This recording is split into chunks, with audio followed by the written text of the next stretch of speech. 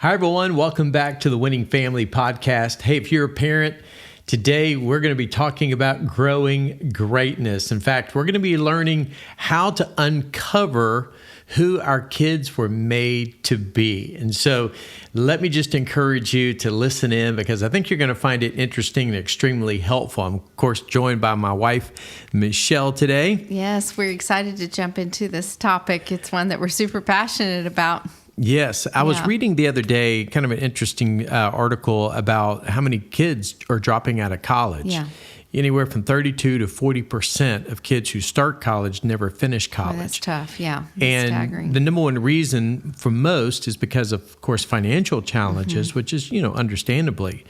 But also ranking right there at the top of the list is the emotional or mental health challenges that a lot of the kids are facing. And a lot of that is just simply because they're thrown into a unique environment, where they're trying to figure out, living independent, obviously relationships, juggling all the responsibilities of being independent. But with that, the academic pressures, the social pressures, just their overall identity and trying to understand where they fit.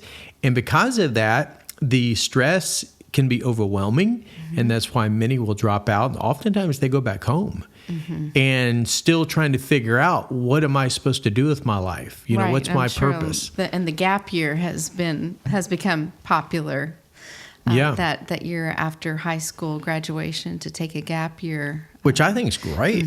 It's I think it's important to try to answer some of those questions and try to get a sense of direction and understand, ultimately what is the best course for me to take? What path is going to ultimately set me up for not just short-term, but ultimately long-term success, which all encompasses what we're talking about today. Yes. And it's really relevant to personality and our passions.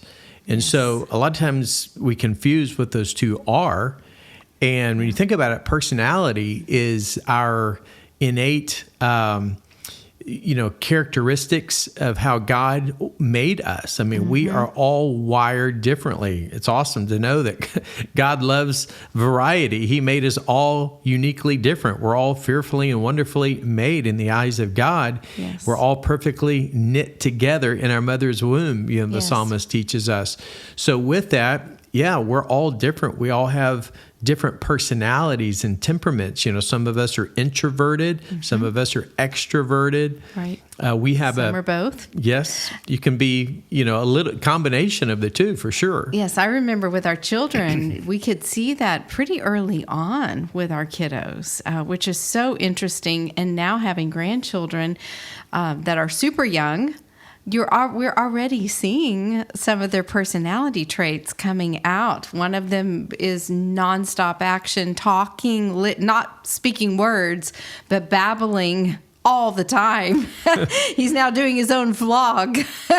He'll grab his mom's phone and re-recording and talking and walking around. And it's hilarious. And he's just a year old. And then the other one is 7 months old. Of course, still very, very young. But even my sister, who lives in the same town as our daughter Ashlyn, with Gage, our 7-month-old grandson, talks about how he's more quiet, observant, always looking around, very introspective, even as a 7-month-old. Isn't that interesting? And Rhodes was the opposite, even at 8 months old. So again, we all have a disposition that is uniquely different, and that's just the way God made us. And over time, as we mature and grow, that would become more and more a part of just our identity and who we are. Right, in a healthy home, healthy situation, yes. Absolutely, and that's what we want to unpack even more in more detail today about how we can help our kids flourish and how we can take the personality type that they have and help complement the process. Yes. So that they can ultimately be who God made them to be rather than trying to be something they're actually not. Right. And but then the other thing that goes with that is passion. Yes. And passion is uniquely different from personality. In other words, it takes more time to see that. Yeah, passion over time through experimentation is really, it evolves through really things that kind of just spark our interest. Things that we're all of a sudden naturally intrigued or motivated to learn more about, or maybe it's specific goals or tasks or things that we are involved in that just all of a sudden it lights our fire. Time completely just passes by, and we're thinking, man, where did time go? And the reason why is because we were so engrossed in what we were doing. And a lot of that is just because it's something we're passionate about. Sure. And it can come easy to us. It's not something that creates a lot of stress or frustration or angst. Because it's fun to see that in our kiddos. Yeah. And so when you see those two things really begin to not only surface and manifest, but when those two worlds come together, when personality meets passion in a healthy, strong, cultivated way, now we're setting them up for success. 100%. So I just want to say this as we kind of unpack some things about uncovering who our kids were made to be. I think first and foremost, especially for those of you that are watching or listening, and maybe you have toddlers, and you're thinking, oh, well, this, may not be relevant to us. I would beg to differ. And as a matter of fact, now's the time and the opportunity that you have to really lay a strong foundation so that you are not only aware of this, but now you can help speak into, and you can help affirm, and you can help build on those strengths and those unique characteristics of your child's personality. And also, help them learn how to avoid unnecessary stress and frustration by, helping them find their lane, so to speak. Right. Because once they discover what their true gifting is, and they kind of know where their lane is from the standpoint of what they do best, and it's something they enjoy, now that causes them to be able to have more focus and intentionality with their life, as opposed to always kind of having this insecurity and maybe intimidation and lacking confidence just because they're unclear and unsure of who God made them to be, especially when it comes to the way God has gifted them and given them unique personalities and passions that He wants to use, not only to bring glory to Him, but for them to make a difference, to make a greater impact in this world. Right. I think we've talked about it before, to be kind of like a detective, personality and passion detective in their life, just studying and watching. And that's one of the most fun things about being a parent, is to discover their strengths and help them build on their strengths with their personality and with their passion. I will say this, you definitely don't want to peg your child into something that you think or someone told you is true of them. Yes. And speaking it into them. I think that stands out to me about my parents did a lot of personality tests and things. And so I think they took some of my personality to be laid back, and they would say that I was laid back, the phlegmatic personality.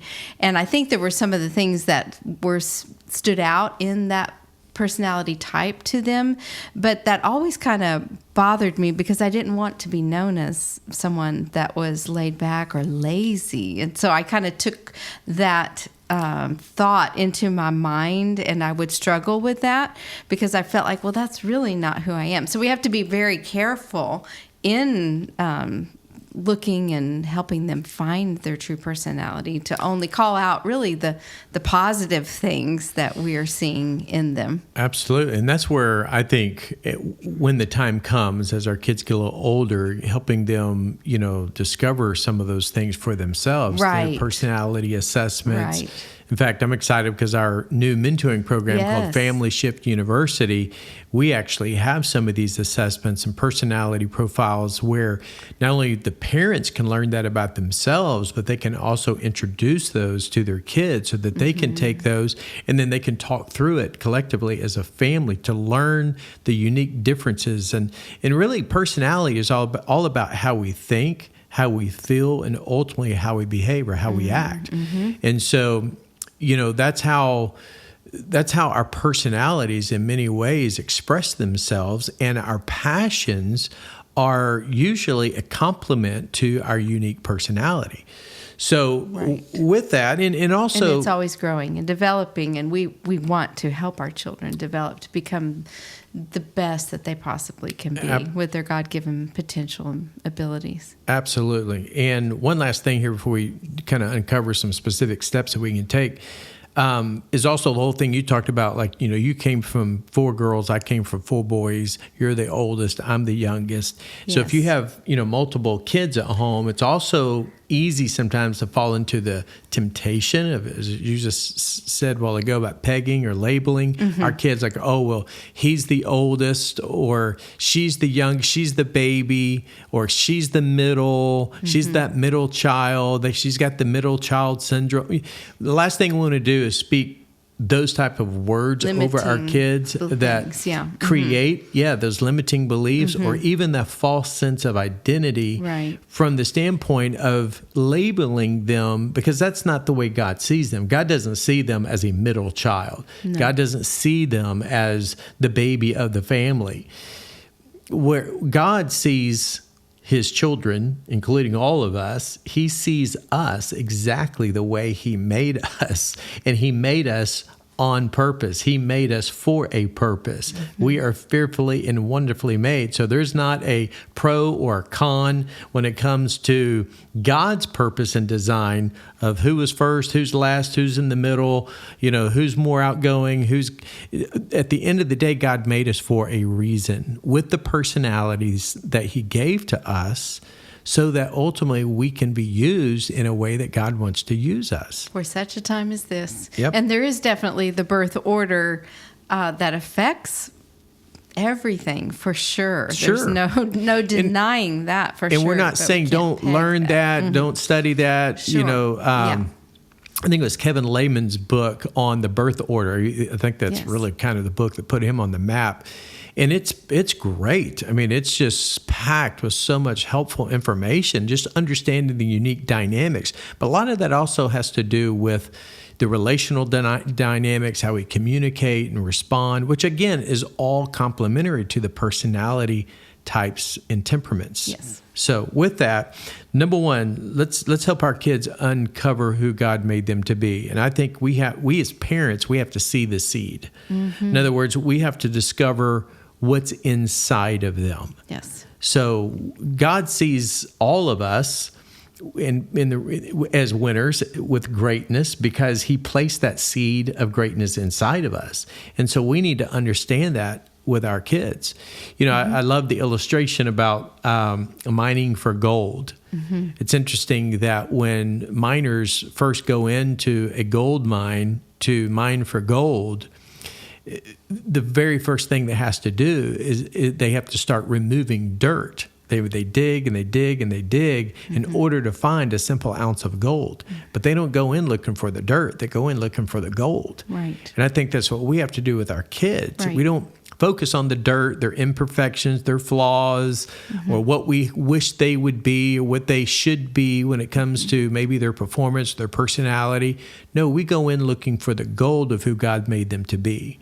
And we got to help pull that out. And we got to see that first, see the seed that God has placed inside of them. Yes. I love the phrase, when you look closely and see the hints of how God place seeds inside of them, you'll discover their purpose.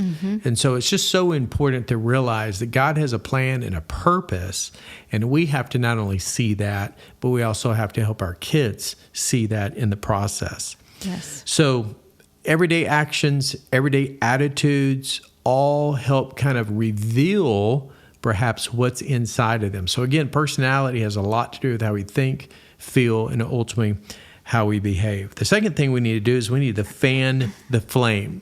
So this is kind of like where we get to help pour gas, if you will, and ignite the passions, especially as they get a little older. And I think even, as we were talking about our own grandsons, just recognizing the differences of what it is that they gravitate to. It's interesting, just things that they're fascinated and intrigued with. As you stated about Gage, he's very observant, and he's, just, he sees things and looks at things and observes things. And so that to me that's who knows what God's going to do with that. Right. Right. And so, when you think about that, as they grow older, as they mature, how can we help kind of fan that flame? How can we put them in situations or expose them to people or allow them to experiment with some things that's going to reveal ultimately something that may kind of spark an interest, that may fuel a passion and interest that suddenly takes them down a path that otherwise they would have never perhaps discovered or even thought of had we not seen something that we saw greatness in. Right. I loved to sing as a young child, and my parents helped me and put me on stages and things like that, but they also took me to concerts. When people would come to town, they would expose me to events. I loved events. I love creative things. And they would on purpose buy tickets ahead of time and take me and expose me to those type of things. We did the same with our kiddos.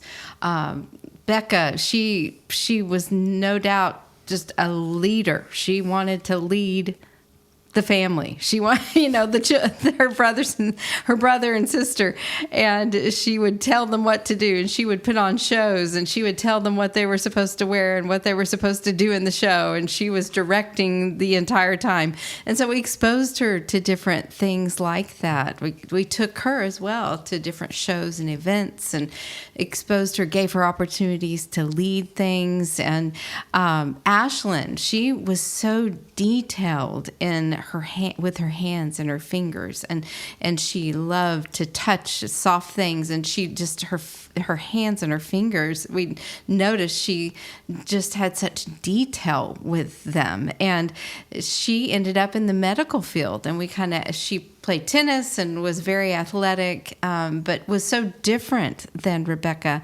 But we exposed her to different things, and my sister was in the medical field, and we let her go do some internships with my sister, and so we exposed her to different things. And both were driven in their own unique way, because Ashlyn was driven and very determined academically. She was very disciplined in that way, and took it very serious and was very committed. Yes. And then you take someone like our daughter Rebecca, who is very creative in that expression, but also just had a different bent and passion musically, with, not just in the leading aspect of things, but also just in singing and performing. And so, here she is now as a worship leader. She's leading people. Yeah, at a large church. Mm-hmm. And so with all that to say, these are just unique ways that we can begin to see at an early age that we begin to not only see it, but now we begin to kind of fan those flames. My dad did that with me. My dad, I'm, as I stated earlier, the youngest of 4 boys. And I remember my dad, he would take me, the moment I expressed interest in something, my dad would instantly, like you said about what your parents would do, buy tickets. He would take me somewhere so I could see it and get a vision for it. And that was something he was always trying to do, is expose me to people, greatness. Expose me, to people who were successful. Yes. He was always trying to just enlarge my vision. Right. And he would just help expose me to things that he knew that ultimately would kind of spark that interest, kind of like that fire, so to speak. Yeah. And, I think it's so vitally important. We've shared Luke's story, our son's story, many times, but if you haven't heard it before, he was playing baseball and, loved baseball, very athletic, and at 7 years old,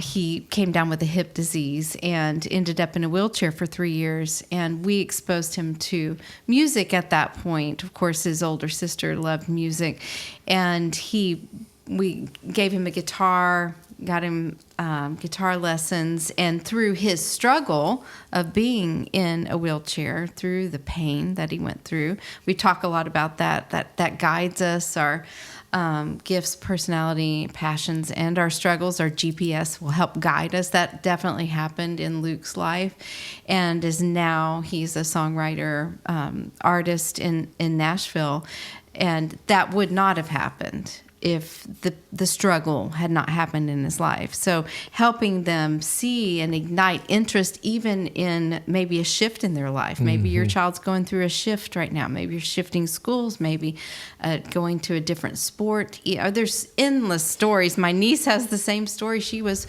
playing volleyball and just had an injury that ended her volleyball career, which she was great at volleyball. Now she's taking photos of sports events, and colleges are reaching out to her because she's so amazing at it. Yeah. You just never know, but we have to be able to be there to detect what's going on, help our kids see and know the path ahead. Well, Proverbs 22 verse 6 says to train up Yes. a child in the way they should go, and when he or she is old, they won't depart from it. It's interesting, that word, it's basically a metaphor when it says train up. It's also referring to like the bend of an arrow. And so we as parents are to help train, to help kind of find the bent, the natural God-given bent of our kids, because they're all bending a certain way. Yes. And it's our responsibility as a parent to help fan that flame, to help champion that process, to help set them up for success. And I think, too, at some point, parents have to also narrow the focus. Right. Play to their strengths. Yes. A lot of times, we just want them to be exposed to so many things. We go from, they go from this thing to that thing. And of course, there's a season for that, and you have to kind of help them figure it out. Yeah. Yes, but in the course of time, as conversations are happening, I think one of the most important things, though, is for parents to see what is draining, Yes. and what is motivating. Yes. Because when our kids are coming home from volleyball, or they're coming back from piano lessons, and they're stressed and they're frustrated and they're depleted and they just dread going to practice, or all of that should be, right out of the gate, a red flag, if anything, just to say, hey, it's time to hang up the jersey on this one. We ought to put this to rest over here so we can focus on these areas that they're more naturally gifted in, but at the same time naturally motivated to do. Yeah, I love that you say naturally gifted, because there are seasons when you have to work through hard things and you have to push through, getting your calluses on your finger from playing the guitar. It's hard. And you have to learn it. Yes. That's different. Sure. Than we're pushing and that's we're working. Growing your skill. That's developing and right. refining the gift that God's given us. And that's something that we're required to do as believers. Yes. So, we have to keep sharpening our axe and growing, in and our that's gifting. Different than being drained by something that you're really not gifted in, or you're not going to grow in. To put it this way, speaking in terms of music, and I know we got to go on, but in our position, as pastors, it's interesting. A lot of people, they like, they want to sing. They see people singing on stage, and they think, oh, I'd love to do that. And maybe somebody, a friend or their mother or somebody said, oh, you're such a talented singer. And they get inspired by watching The Voice or American Idol, but then they may audition, but yet that's not really their true gifting. But they'll say, oh, but I have such a passion for it.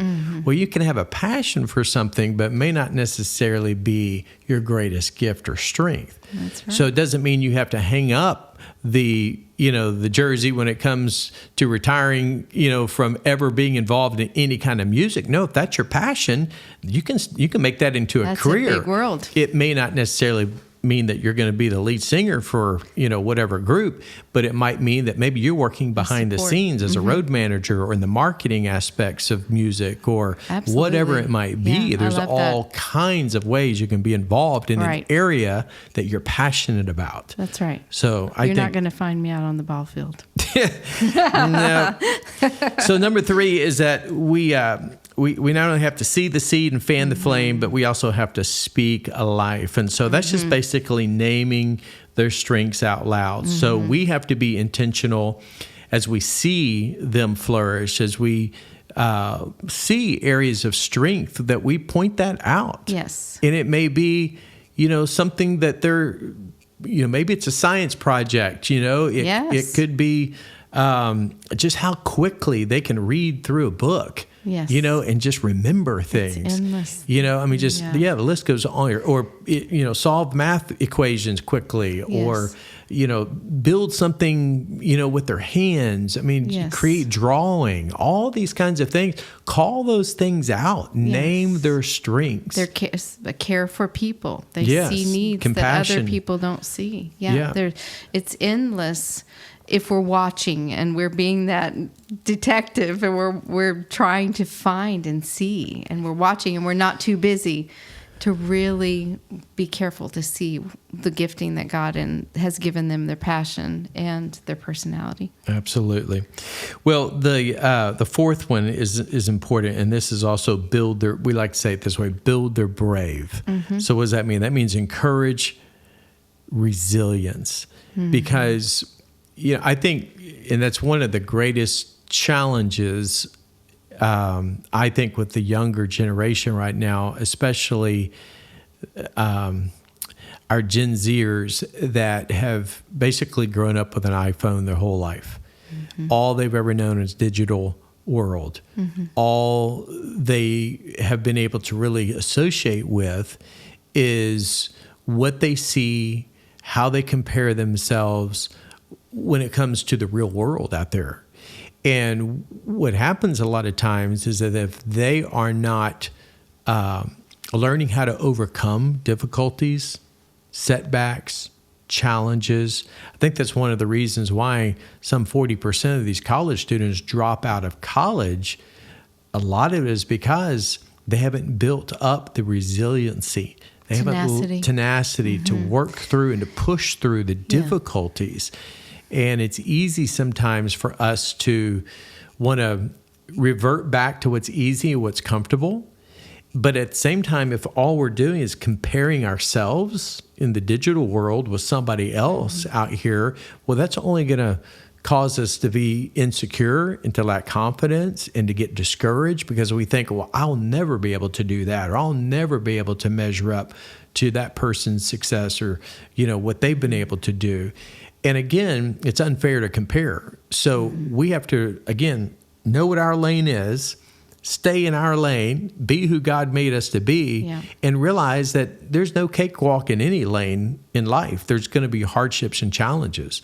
So we have to help grow that resilience and tenacity. That's right. And we teach them by example too. And I think just talking to our children about difficult things and walking through difficult things with them is so important, that they're hearing from us how to walk through it, and that we challenge them. We're not going to be their best friend. A lot of times when they're in our home, growing up in our home, that's not what that's not our job description, is to be their best friend. But we are to be there, right, and help them work through and kick them in the rear a little bit. Let's go. Let's get this going. Well, 2 Timothy 1:7 says, "For God gave us a spirit, not of fear, but of power and love and of self-control." So build their brave so they're ready for life's big leaps. Yep. Number 5 is we got to point to purpose. So that simply means we got to show them the bigger picture. Yes. And we've kind of hit on that a little bit already, but I love what Ephesians 2:10 says, "For we are God's handiwork, created in Christ Jesus to do good works." It's masterpiece. Yes. So I just feel like it is always important to help our kids realize that no matter what career path they end up taking, at the end of the day, whatever that career ends up being is their platform. It's their place. It's their opportunity to use their career, whatever it is they end up pursuing, as an opportunity to be salt and light, to make a difference in the people that they have the opportunity to influence. My dad used to say it this way. He was a preacher. Your dad was a preacher. Yep. And my dad always used to say, we don't need more preachers, we need more reachers.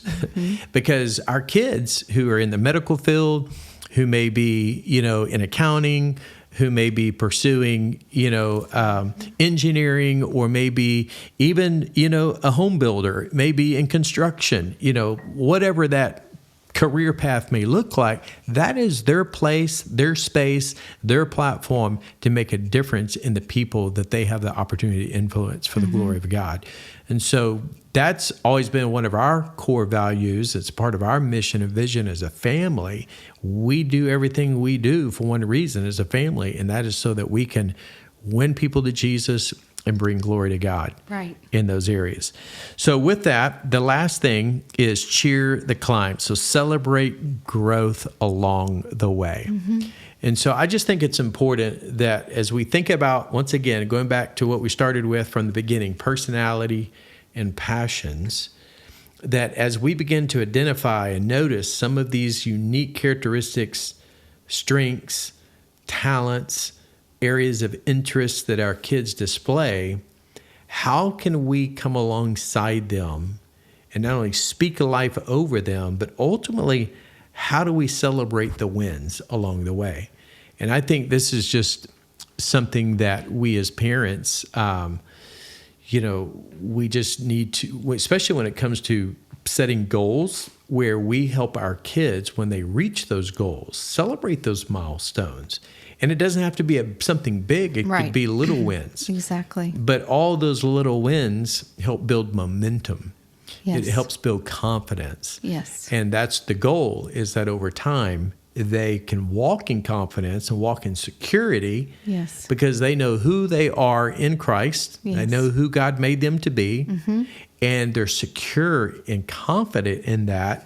Therefore, they can live their life in such a way that allows them to have the natural motivation to live their life intentionally, so that they know that, hey, God placed me here for a reason to make a difference. That's right. And so we're constantly filling up that cup, because the culture, the world, school, friends, they're going to drain that cup. And God has given each individual that He's brought into the world a purpose, and that is to know Him and to make Him known. And God has given each one of us a personality and a passions within our life to make that difference and to live that life of purpose and intentionality. So we as parents have the greatest privilege to detect that, to help them discover that, and to pour into them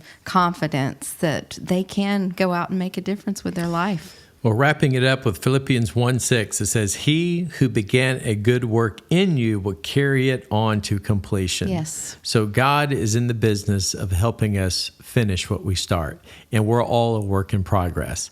That's why we like to say every step counts. So therefore, be their loudest cheerleader on the climb. Yes. So just to wrap this up and to kind of recap, so we need to see the seed, fan the flame, speak life, point to purpose, and ultimately cheer the climb.